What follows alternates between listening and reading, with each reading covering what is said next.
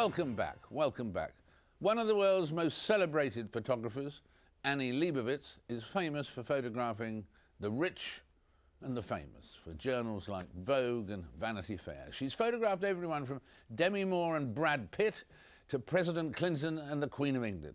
Now her latest exhibition, Annie Leibovitz, A Photographer's Life, reveals a more personal side with photos of friends and family interwoven with her more iconic work. The exhibition also traces Annie Leibovitz's close relationship with her partner, the writer Susan Sontag, who died almost 4 years ago. Earlier I met Annie in London at the National Portrait Gallery to get a personal tour of the exhibition for you. You know, the show first originated in Brooklyn and the Brooklyn Museum, and it's a family museum there, a very wonderful museum, and they wanted something more interactive, you know, for children, and so the best thing I could think of was, you know, well, let's recreate the walls that that I used to edit the show and the book from. Right. And so one wall is all assignment work, and one wall is all personal work.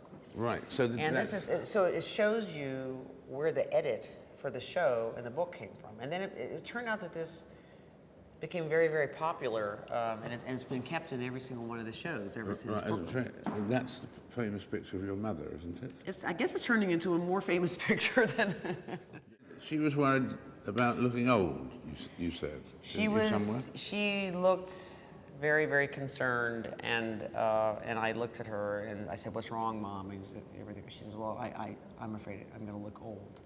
And I actually did want her to look her age because it was for the book on women that I did with Susan Sontag, and so it was a very emotional shooting. But you know, the story ends well because when the show opened at the Corcoran, and people came up to her and asked her to sign books, she started to like the picture. I mean, you have to understand, I grew up in a family where when we had our family pictures taken, we were all forced to smile. We all had to smile. My mom believed we all should smile in pictures, which is why I can never ask anyone to smile. Oh, it's one of the most difficult things if you're in the public eye. And which is why you see a lot of people looking kind of grim.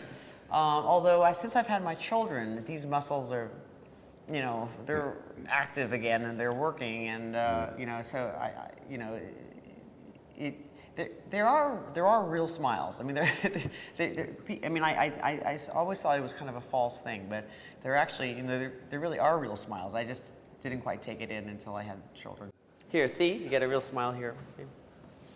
That's or that could be gas. I'm not too sure. Mike, this is a picture of Nicole. This was done for Vogue,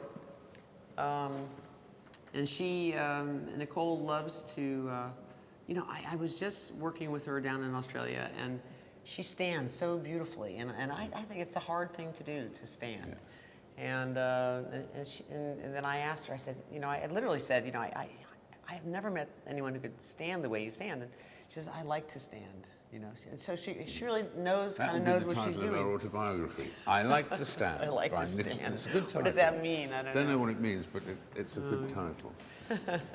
And now, Susan Sontag was your lover for roughly the same period as these years. From 2000. Right. I'm sorry, from 1990 to 2005. Yeah, we were very close. And was it love at first sight? Was it love at first sight? Not exactly. She had you know, I was asked to photograph her for. I believe it was AIDS and its Metaphors, and to do some publicity pictures for her. And you know, she actually, she really liked me, you know, and you know, I just didn't quite, and I was just taken aback that, you know, someone so great and so amazing, you know, liked me. So it was, you know, it was more like that, you know. So. But like at first sight. Like love at second sight. Sounds like a spiritualist. Okay, but you know, we helped each other through our lives. You know, I mean, life is hard, and we sort of, you know, gave each other, you know, some support. You know. And she said to you once, "You're really good, but you can do better," urging you. You've done your homework. She she did say that, yes. She said, you know, you're good, but yes, exactly, you could be better. And that's who she was. She was pretty tough as far as my work was concerned. And, you know, and it did sort of, it sort of brought out, you couldn't help but bring out my, you know, if there was a serious side in me, you know, after 13 years at Rolling Stone magazine, it was looking for a more serious perspective. And they were, you know, extraordinary years. You know, I went to Sarajevo with her, and I went to just do a series of portraits because I didn't want to be out of my realm. And of course, as I was on my way to photograph Miss Sarajevo, stuff happens. We were just outside her housing project, and a mortar went off just in front of our car and killed a young boy on his bike, you know, and an elderly woman. So, you know, I was sort of in. I just, you know, got out of the car, and we put the boy in our car to send him on to the hospital, but he didn't make it. Because you said you don't regard yourself you're a portrait photographer. You're not a journalist because you like to have a point of view. Well, I like to. I think I learned in 1983. I went to Lebanon and I saw a wire service photographer rearranging some guns, you know, in a photograph, and I just said, okay, that's it. You know, I'm not. You know, there is such a thing as pure journalism. And things do happen, and you don't have any control, and that's that. But I felt more comfortable under the, you know, under the heading of portrait photographer, because you're allowed to direct, take sides, you know, and I can't, you know, I couldn't help but have, you know, a point of view. I was just thinking as you were talking there. I can't believe that this picture is going to be so important. To me, it's just as kind of a medium photograph, but. And they were all there. They weren't. You didn't do them separately. Absolutely. So and that was that interesting when you saw the cabinet all together? Well, I had no idea at the time that it was going to be so strong. Actually, what happened at the last minute is you know that it was only supposed to be 1, 2, 3, 4, 5, these 6, and then at the last minute, who came in? He's not even, is he listed here? Yeah, Card came in. Andrew Card came in. Right. And the president said, Andrew Card's going to be in this picture. And you can see he's kind of stuck in here.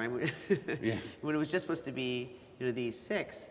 And of course, Andrew Card is famous now because he was the one who whispered to President Bush that the plane had just hit the World Trade Center. So. That's right, because this was taken before that, wasn't it? No, it was taken right after. Right after. It was taken right after, and then, you know, we went to war a couple of years later. And a joyous moment for Hillary Clinton here. Right, as she's, you know, I actually, you know, helped support her during that Senate race, and so she, in return, you know, said, would you like to come on election night and photograph the evening in her hotel suite? And so I did, and this is backstage just before she's going on stage to accept the Senate. Wonderful expression on Bill Clinton's face there. Well, he looks like he's... Is he checking the speech, do you think? He's checking his speech, yeah. His speech, yeah. Oh, his speech, yes. Yes, because he talked before she did. Not checking her speech. Right, well, we'll stroll on this way. That's Jim Carrey I see ahead of us over there. It is. That's a great... We actually were... How many times did he have to do that? Not very... No. Have you worked with him? Have you met him? No, I don't. He is a very physical actor. Yeah. And he uses everything. And, you know, it's almost like being dragged behind a car, basically, when you work with him. What about Leonardo DiCaprio? Was he... Beautiful as a boy. Oh, such a beautiful boy and a young man. And there is a very famous picture of Anna Pavlova, the ballerina, with a swan around her neck.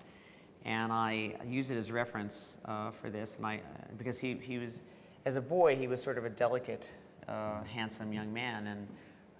And I thought about the swan, using the swan. We took these beautiful portraits out in the middle of this field, and we brought the swan in, and then I was told at the last minute that swans, you know, they bite, and they're not friendly animals.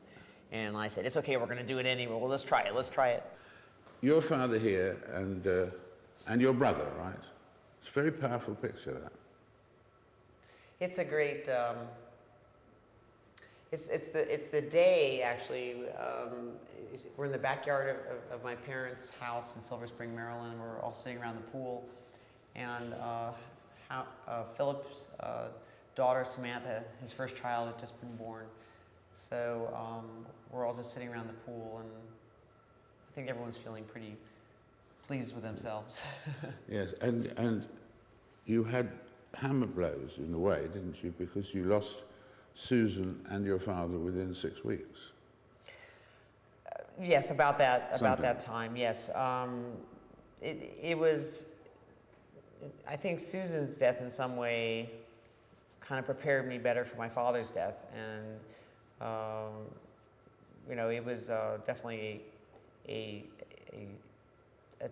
tough time. I mean, my father's death was as nice as a death can go. My mother was holding him, and but Susan's death was really a terrible death. You know, I mean, she you know, but she went out the way she wanted to go out. She went out fighting. We've come a delightful full circle there, really, because that's what you've said, isn't it? The grieving, getting you through the grieving, was this show. That's right. That's correct. It's a moment. It's a moment, and now, and it's really where I think, you know, if I can look at it from the outside, it's really where art does come from. I mean, I really didn't know what I was doing when I did it. In fact, now I look back at it and I go, oh, how could I put my family in this position, or Susan in this position? And I have different feelings about it now, and I probably will never do it again. From snapshots to cartoons, Gerald Scarfe will be with us after this short break.